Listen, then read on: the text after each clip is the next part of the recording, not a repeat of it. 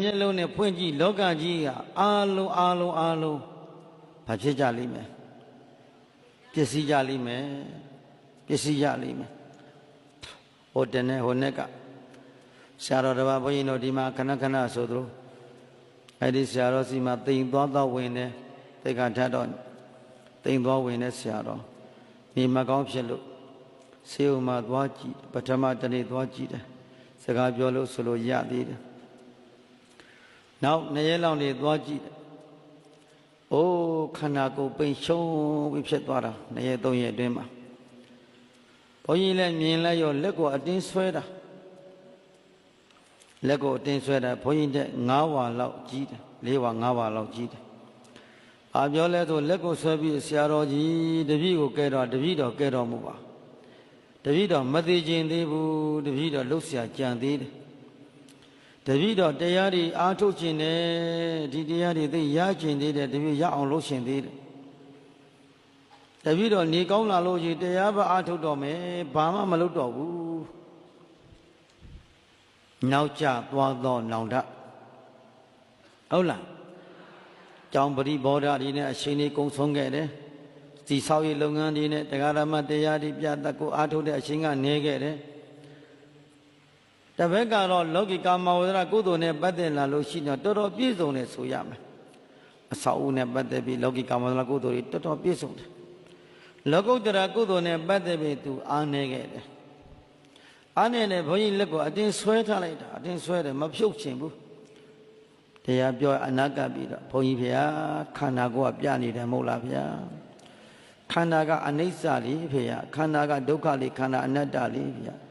အနိစ္စလို့ပဲဒီကုလုံးကြည့်လိုက်မြင်အောင်ကြည့်ထားဗျာမာတက္ကမမမြဲပါလားသဘင်စံကြောင်းကသာရှည်တဲ့လက်တဲ့ကိုထိခန္ဓာဒီကုလုံးမှာမြဲတဲ့နေရာဘာမှမရှိဘူးဗျာသဘင်စံကြောင်းကသာရှည်တဲ့လက်တဲ့ထိချမ်းသာတဲ့နေရာခန္ဓာဒီကုလုံးမှာမရှိဘူးဗျာ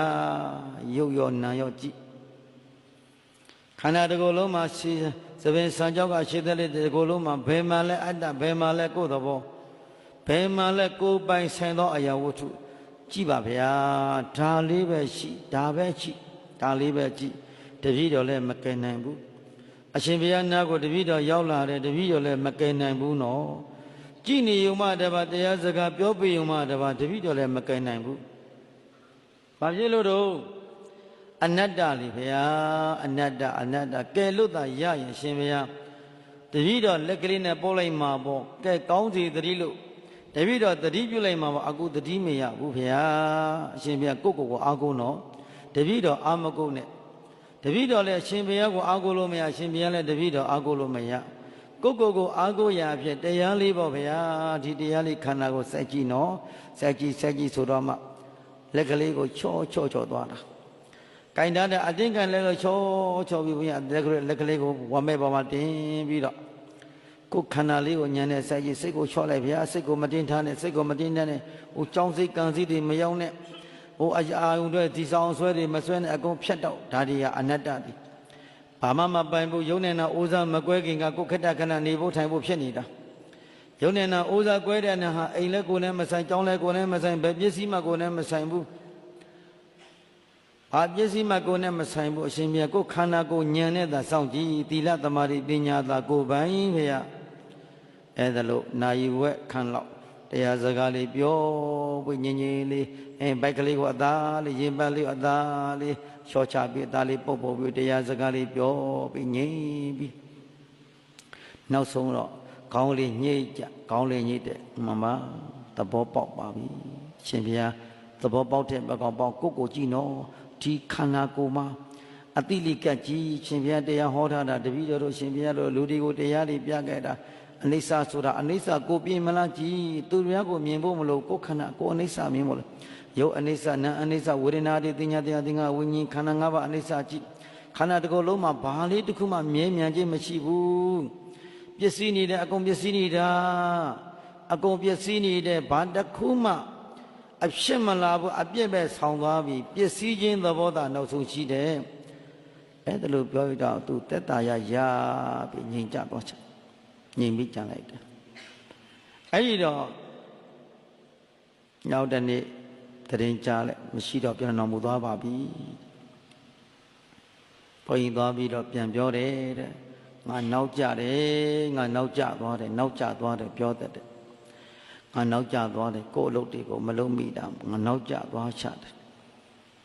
ငါအစာအုပ်တွေပဲဒီစာအုပ်လုပ်ငန်းလေးကိုတရားဓမ္မတွေကိုငဲ့ဟိုတကငဲ့ဒီတကမငဲ့အဲ့ဒါငဲ့ပြီးငါနေလာခဲ့တာငါမှားတယ်အနာမရှိတဲ့တယောက်ကိုပြောခဲ့တယ်အဲ့တော့ဘုန်းကြီးတို့ယဟန်ဖြစ်ဖြစ်လူဖြစ်ဖြစ်မိတိပုဂ္ဂိုလ်မဆိုပြင်ချိန်သိမ့်ပါလေမပြင်ဘဲနဲ့ခန္ဓာကိုအလိုလိုက်နေမယ်ပဝန်းကျင်လောကအာယုံနဲ့အရှင်တွေကုံဆုံးနေကြမယ်ဆိုရင်ရှေ့မှာသေမင်းနဲ့ရင်ဆိုင်တဲ့နေ့မှာတိုင်တွယ်ပြကြမရှိဘူးနော်လက်ဆုပ်လိုက်ကြကိုယ်မှာကုသိုလ်မရှိဘူးဆိုရင်ကုသိုလ်ထဲမှာလောကီကုသိုလ်ကိုဆိုလိုသည်မဟုတ်လောကုတ္တရာကုသိုလ်ကိုဆိုလိုသည်နော်မေကုသိုလ်ဘုကုသိုလ်ကိုဆိုလိုသည်ဒါနကုသိုလ်သီလကုသိုလ်ကိုဆိုလိုသည်မဟုတ်လောကုတ္တရာကုသိုလ်မေဖို့ကုသိုလ်ဒီကိုယ်တဏ္ဍာနဲ့မှာကြိုတင်ဖြည့်ထားရလိမ့်မယ်ရှိထားရလိမ့်မယ်အ ਨੇ ဆုံးတမက်တဖို့လောက်ဒိဋ္ဌိဝိသိကိစ္စကင်းပြတ်တဲ့ဘဝဒိဋ္ဌိဝိသိကိစ္စသီလပရပရမတ္တအိတ္တမိတ်စရိယဆိုတဲ့အောက်တန်ရောစဉ်၅ပါးဖြစ်စီထားရမယ်ငါဆိုတာမရှိဘူးဆိုတာမြင်ထားရမယ်ငါမရှိဘူးဆိုရင်ငါပိုင်ဆိုင်သောပစ္စည်းရှိပါမလားငါလည်းမရှိငါလည်းငါဥစ္စာလည်းမရှိငါပိုင်တဲ့ပစ္စည်းလည်းမရှိဒါကိုမနေ့ကပြောခဲ့တယ်နေတံမနေသောသူနမိသောအတ္တငါဥစ္စာငါလိပ်ပြဘယ်မှာမရှိပြီငါဥစ္စာငါလိပ်ပြဘယ်မှာမရှိပြီ